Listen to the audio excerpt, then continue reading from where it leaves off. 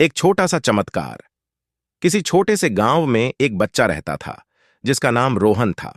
रोहन बहुत ही चंचल और हंसमुख था। उसकी सबसे प्यारी चीज थी उसका छोटा सा बगीचा, जिसमें उसने खुद अपने हाथों से फूल और सब्जियां उगाई थीं। हर सुबह वह अपने बगीचे में जाता, पौधों को पानी देता और उनसे बातें करता। एक दिन रोहन ने देखा कि उसके बगीचे में एक छोटा सा पौधा उग आया है, जिसे उसने कभी बोया नहीं था। वह पौधा दिखने में बहुत ही अद्भुत था। उसकी पत्तियां चमकीली हरी और तने पर सुनहरे रंग के धब्बे थे। रोहन ने उसे चमत्कार पौधा नाम दिया। रोहन ने उस पौधे की विशेष देखभाल शुरू कर दी। वह रोज उसे पानी देता, उसकी मिट्टी बदलता और उसे धूप में रखता। कुछ ही दिनों में वह पौधा बड़ा होने लगा और उस पर छोटे छोटे फूल आने लगे। फूल इतने सुंदर थे कि पूरे गांव में उसकी चर्चा होने लगी। एक दिन गांव में एक बड़े तूफान की चेतावनी मिली। रोहन को अपने बगीचे की चिंता होने लगी। उसने अपने बगीचे को बचाने के लिए हर संभव प्रयास किया, परंतु तूफान इतना तेज था कि उसके सारे पौधे उखड़ गए। रोहन बहुत दुखी हुआ और उसने सोचा कि उसका चमत्कार पौधा भी अब नहीं बचेगा।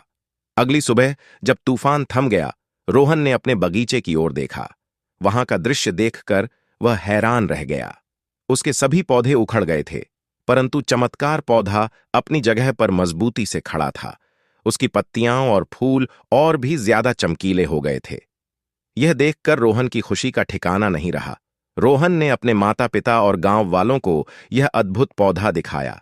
सब ने इसे एक चमत्कार माना और रोहन की मेहनत और प्यार की तारीफ की। रोहन ने समझा कि सच्चे दिल से की गई मेहनत और देखभाल कभी बेकार नहीं जाती।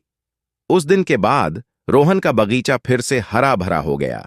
गांव के लोग अक्सर उसके बगीचे में आते और चमत्कार पौधे को देखकर प्रेरित होते। रोहन की कहानी पूरे गांव में मशहूर हो गई और उसने सिखाया कि सच्चे दिल से किया गया काम और देखभाल हमेशा फलता है, चाहे कितनी भी मुश्किलें क्यों ना आएं। इस कहानी से हमें यह सीख मिलती है कि प्यार और मेहनत से की गई देखभाल कभी भी व्यर्थ नहीं जाती। रोहन और उसके चमत्कार पौधे की कहानी हमें प्रेरणा देती है कि हम भी अपने जीवन में सच्चे दिल से मेहनत करें और कभी हार न मानें।